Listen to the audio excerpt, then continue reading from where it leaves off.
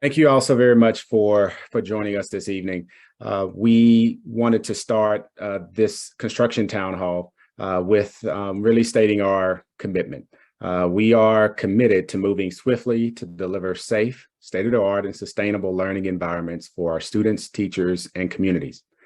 Through a three-pronged process, the traditional CIP process, capital improvement program, stage renovations, and as Kenmoor is a part of and 5 other schools, the nation's first P3 school construction approach, otherwise known as the Blueprint Schools program. Over the next 10 years, Prince George's County Public Schools will modernize over 25 schools, which is an aggressive timeline and aggressive approach, but it's most definitely needed across the county. Next slide. Today's agenda will focus on first team introductions, folks that will be here to first talk about the program and then address questions, program scope, construction overview, and Q&A. One thing I want to make clear is that this is a construction update. We won't have any information or much information to talk around the programming and operations portion. We will do a town hall next spring with school programming to talk specifically about programming and operations within the school. This town hall is focused on construction updates, where things are to date, the 30-day look ahead and work to come, and just to address any of your questions related to construction activities and timelines and such. Next slide. I'm Jason Washington, Director of the Office of Alternative Infrastructure Planning and Development, long word for Blueprint Schools. And I will turn it over to my other panelists that are here to introduce themselves. Good evening, everyone. My name is Brandy Rogers McDonald. I am actually the principal in charge for PGCECP, which is the project co. I'm also a project director with Fengate Asset Management. And I don't believe Mike is here this evening. Christian, you want to go ahead and go? Sure. My name is Christian Broyles. I'm the project executive for Gilbane Building Company. I was performing the construction on these 6 schools, and I oversee the construction of 4 of the 6 schools, including Kenmoor. And we also have from our team Santiago, who's our project manager on the Kenmoor project. Hey, good afternoon, everyone. Santiago Mejia. Like Christian mentioned, I'm the project manager at the Kenmoor Middle School. So looking forward to working with you guys and turning this project swiftly and on time, like Jason mentioned. And hello, everyone. My name is Amber Brown. I am the project manager with Burroughs Brown Dunleavy, representing as the owner's rep for PGCPS.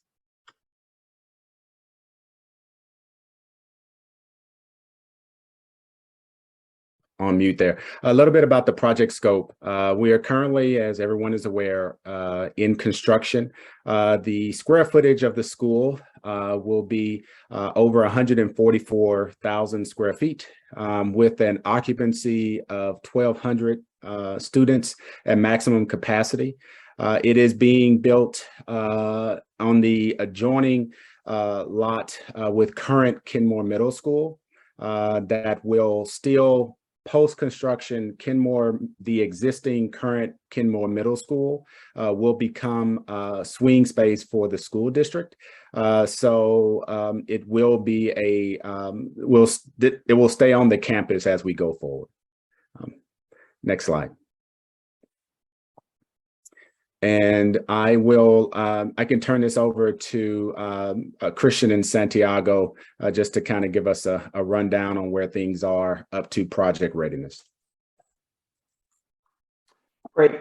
Yeah, so right now we've we've got a building that's watertight, actually working mainly on the interiors with our roughing, installing a lot of our ductwork, a lot of our electrical, fire sprinkler piping. We're also doing some stud framing on the inside, starting to rough in the walls with all of the infrastructure that's going to feed the classrooms. That's electrical, plumbing, data, and low voltage. That's going to kind of support the classrooms. So that's ongoing within our building right now. We're actually working on getting our mechanical equipment and getting ready for startup, as you see, targeting a date of 11/28. As we continue through that progress, the building becomes a little bit more finished. We'll start kind of hanging drywall, finishing drywall, start painting and putting a lot of the finishes of really what the building is going to look like. So that'll start to take shape around the January timeframe. And then as we continue that process, the commissioning start is really just making sure that we are trying to test all of our mechanical and electrical systems to make sure that the system operates the way it's supposed to. So we've got a commissioning team. We'll work with our contractors just to make sure that everything that's being installed is being tested. That'll start to happen around the March timeframe. And really around the summer, beginning of the summer, we'll start getting our FF&E. So a lot of the tables, a lot of the classroom usage, they're going to start getting delivered. Cafeteria, tables, all that equipment and items will start going in, and they'll really be looking like a building, so we can turn it over to everybody around July. And since we hit the ball here, right now, the school is scheduled for occupancy, which is Project Readiness, here on July 15th, 2023, which is when Prince George's County Public Schools will take occupancy of the building. Yep, so just so to go a little bit more in depth, so some of the completed work, if you're around the area, if you're dropping off your kids to Kenmoor, so it looks like a building now. All of our exterior walls are kind of installed, so our building is watertight right now, which allows us to focus on working on the interior of the building. Our roof is installed. We have two different types of systems of roofing, but they're both completed, so it allows us to have a watertight building. Steel is completed. The installation of the windows is done. Now it's just mainly some trim out work, some caulking that's happening, and that's expected to be completed within the next 2 weeks. All the CMU block within the school is completed as well, and the electrical switchgear, which is really a nice piece of equipment to have, because it allows us to have our permanent power actually got installed. We are in coordination with BG&E to get the permanent transformer installed. That way our building has permanent power. So we are rocking and rolling on that respect. Working in progress, if you're in the project, again, interior stud framing and one siding is happening right now in what we are calling our classroom wing. So that's a progress that we go in, we install the studs, we get all our electrical, like I was mentioning, or our low voltage, all our plumbing installed within the wall. We get those inspected, and then we start an inspection process with the county officials. As soon as they review that, we start insulating the walls, and then we start closing the drywall. So that progress is happening right now. Also, you see here the MEPF, that stands for mechanical, electrical, plumbing, and then fire protection. So that's all that goes pretty much above the ceilings or within the walls. That's all happening. That's all the infrastructure that feeds the buildings. So you'll see all of that going in right now. That's going to support the building. The main mechanical rooms and electrical rooms, these actually take a little bit of time because there's equipment that you have to hook up to. So all of our mechanical equipment is delivered to the project. We're actually right now working on hooking that up as we speak. So that work is ongoing. Interior door frame installations, that's going to, it's kind of a similar, goes in hand with the drywall operation. So you'll see door frames start to getting hung within the variety sectors of the building. And then on the exterior, apologize, didn't really talk about the exterior, but on the exterior, we are grading and we are installing our utility infrastructure that's going to feed the building. It's going to capture all the storm. It's going to provide water. It's going to provide sanitary to the building. So that infrastructure that is actually ongoing as well. Next steps, elevator. There is an elevator on the building that we have the equipment on hand. It's expected to be delivered this month. So we'll start that elevator installation. And also it's our goal for this year to start the parking lot. So you'll see curb and gutter. You'll see us installing some asphalt on the parking lot just to help with the mud, with the snow that is going to be oncoming. So you'll see those operations start to take place here in the next couple of weeks at Kenmoor.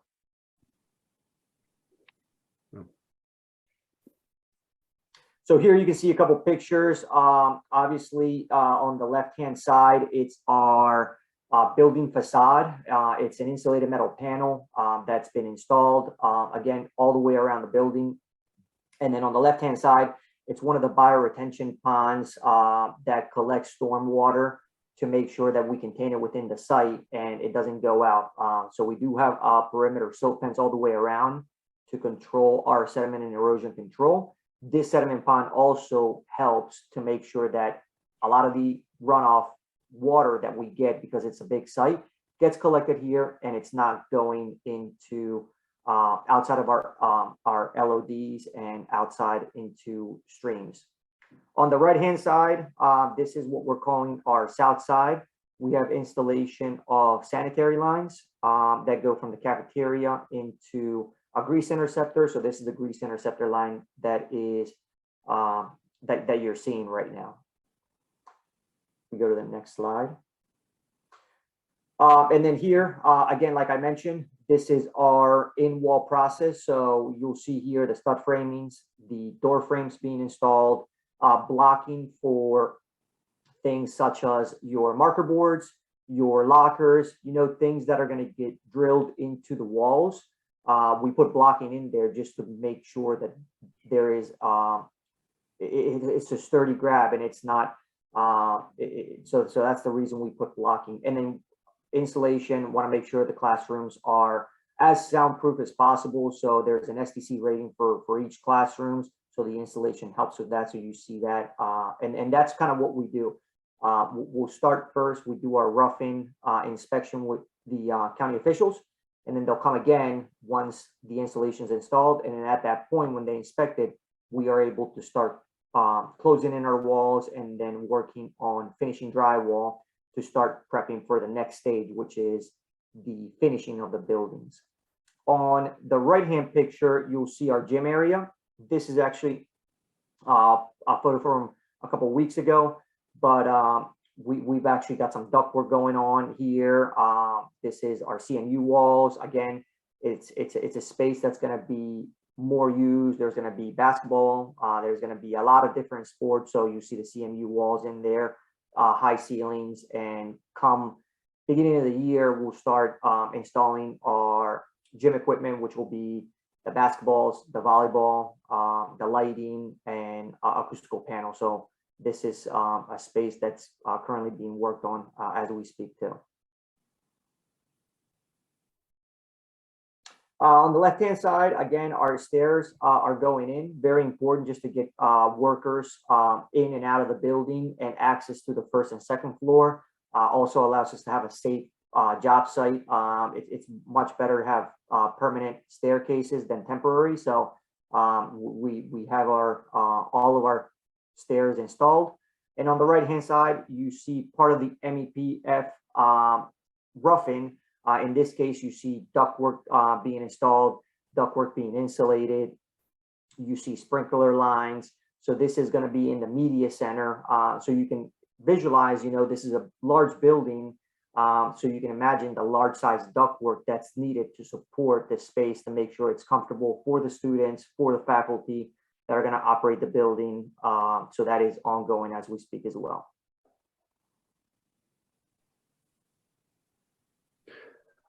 And so what's here, these are some of the interior renderings with the school, prominent school colors. Some of the furniture is still to be determined and purchased, but this will give you an idea of both. To your left is the media commons area, which will be an area for seating, as well as there will be bookshelves, as well as the ability to be an open area for collaboration. The middle picture is actually the cafeteria area, looking into the learning stairs that will allow for both walking up the stairs, sitting down, doing work, etc. And really, this is the central organ of the school. And then to your right, throughout the building, one of the design objectives of PGCPS was really around collaboration. Finding opportunities for students that to provide a lot of different learning environments, of course, to be determined by school personnel, but it allows for pull-out spaces. It allows for opportunities for small group instruction. And so that is throughout the building. There will be different sized collaboration spaces that will be provided for the school. With students being one-to-one, to note that the school will be totally wireless. There will be the redundancy of data drops, etc. But students will be able to take their devices and access the network anywhere within the building. And I'm also quite sure on the grounds as well.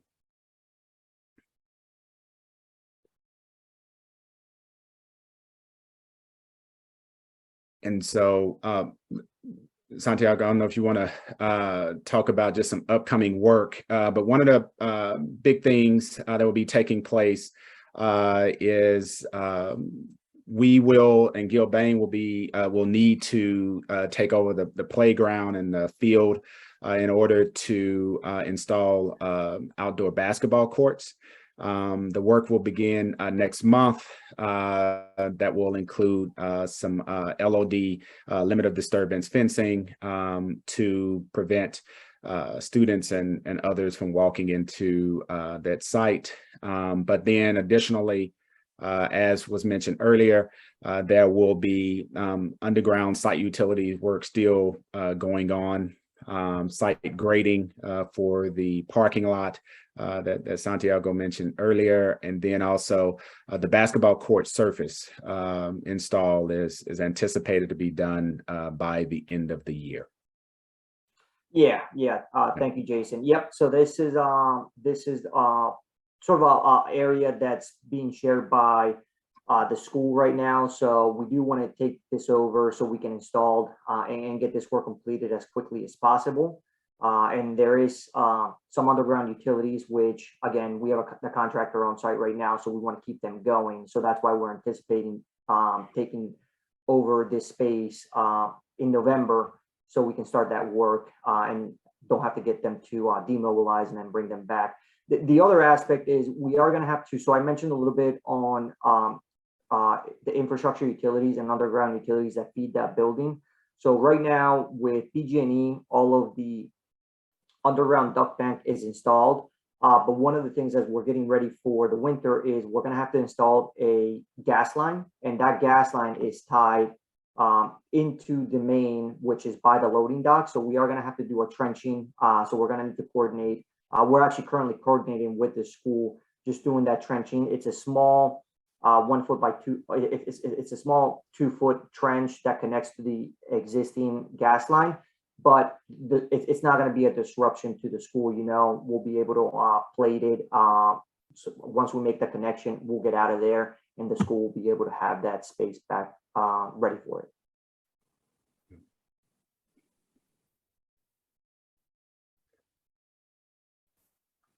So we've now reached our Q&A portion. Thank you so much to Santiago and the whole team.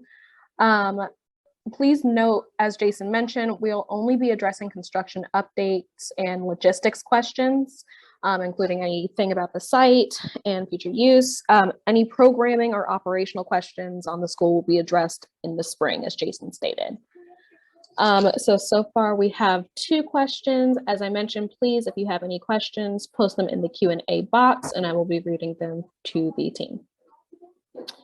The first question we have is, please share any information about the body of water towards the front of the school. I believe they're discussing the sediment pond, as you mentioned, Santiago. Could you go more into that? Oh, you're on mute. Yeah, yes. So the sediment pond is just, it's a feature. It's actually an engineered feature as well. But right now, the sediment pond is pretty much used to collect all of the water from the site to make sure it doesn't run off into outside of the construction zone. So that's the design of the pond right now. And eventually it gets turned into a bioretention that the school is going to use, that it will eventually do the same thing to collect runoff water once we turn the building over. Great, thank you. And then the other question we have is the plan to have students in the building for the school year 2023-2024? Yes. Yeah.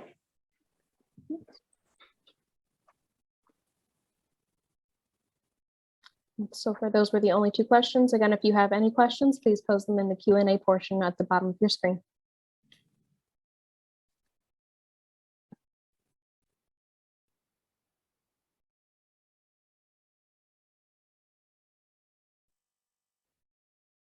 Okay, got another question. They said, what level LEED is the building? So what LEED certification do we have? It would be LEED Silver equivalent, which is the state standard for school buildings.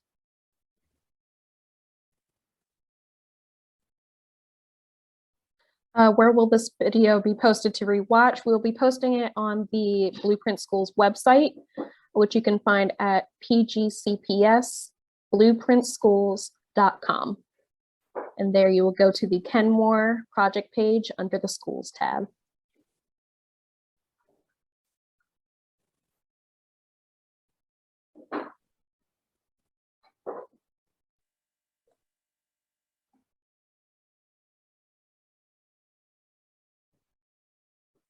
Okay. Are there plans for a separate parking lot entrances for the new and old school buildings? No, operationally, no, they will have the same entrance, depending on when the current Kenmoor is occupied. They would come in the same way and diverge where I guess you would make a left into the current parking lot. You would just continue around the corner into the new Kenmoor parking lot. There will be no separate. They will both come off of Landover.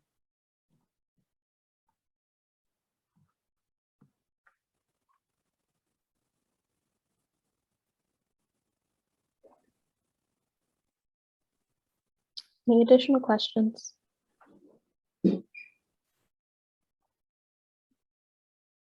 Okay. So will there be more space for parent pickup? We are getting complaints from the neighborhood about the current space. I would say as the construction moves internally, there will probably be some giving back of space gradually, but I can't speak to when that will happen. I think once a lot of the curb and gutter work is done, we can revisit with Gilbane, but I think it's just around the mobilization and what they need to advance the project as quickly as possible. But I would say as we move closer to delivery, that the footprint will shrink a little bit. But I will, Santiago, Christian, I don't know if you have any more specific thoughts on that and timing. And to piggyback, the next question is for the new construction area, will there be more space for parent pickup? Yes. So as seen here to the left, and I apologize that it's smaller, is that there will be a parent drop-off loop to the left of the school that will allow for parents to come all the way down through the parking lot and to pick up from that side entrance out and then allow out. Additionally, one of the things that is possible depending on the timing of the buses, those parking spaces in the front of the school also have dual use and can be utilized for cars as well. It just depends on the timing of the buses along with pickup, but that is the anticipated drop-off plan as determined right now with the design of the school.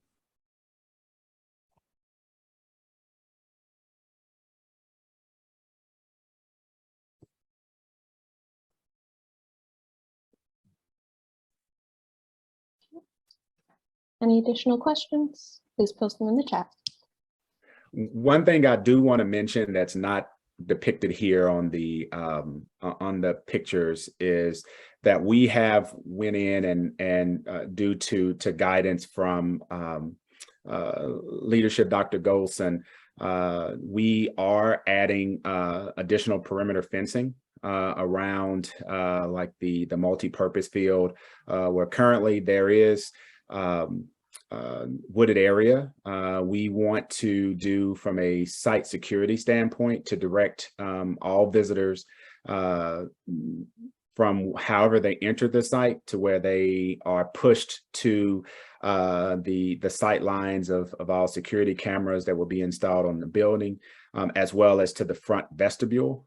So school administration is able to see who has entered the campus and that there are very limited blind spots. And so that is an additional add that we've done to this site and all other sites, just from a security standpoint of ensuring that we have visibility on all visitors as they enter the school campus writ large.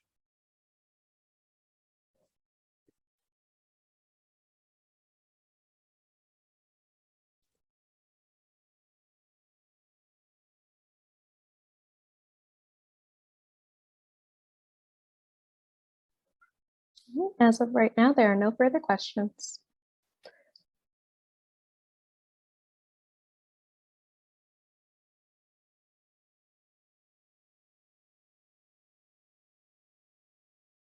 We just got one in. Will there be plenty of parking for parent pickup to keep parents from parking in the residential area of Kenmoor? They said the parents are currently blocking and parking in front of people's homes. Yeah, we have, there will be the required number of spaces. I don't know, I believe total number of spaces that we required, I believe is 135. Of course, that also anticipates staff that will be parking as well. But the expectation is that there's enough, especially with that driveway coming from Old Kenmoor extending into the new school, that there will be enough room to allow for additional cars to come onto the site to pick up students and to egress off of the site. The next question is what happens to the old building? Old Kenmoor will remain. It will be a permanent swing space for the school system to ensure that as we continue school building activities, if schools need to be moved from their current campus for a number of years, the current Kenmoor would be swing space for them. And we have one more question. Will there be rain barrels installed?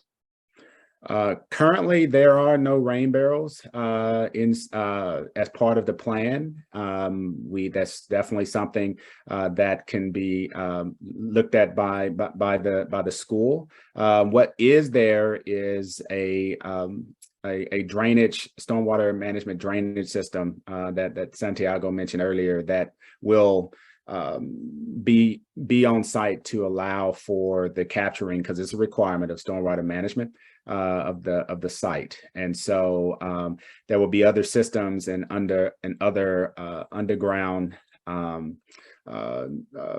piping and drainage into those stormwater management systems across the site.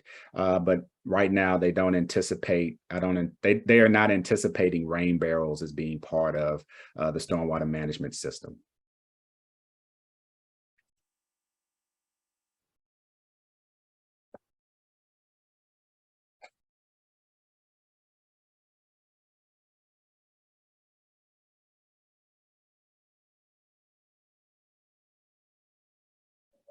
Any further questions?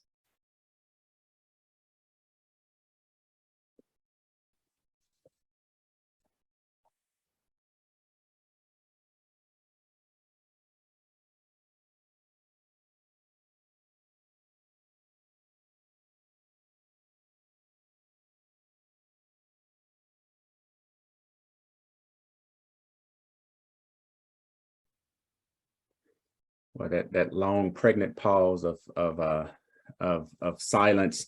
We welcome, as we have stated at the beginning of this, if there are any additional questions, please feel free to leave them at pgcpsblueprintschools.com. We will address all questions that we receive, try to do so as promptly as possible.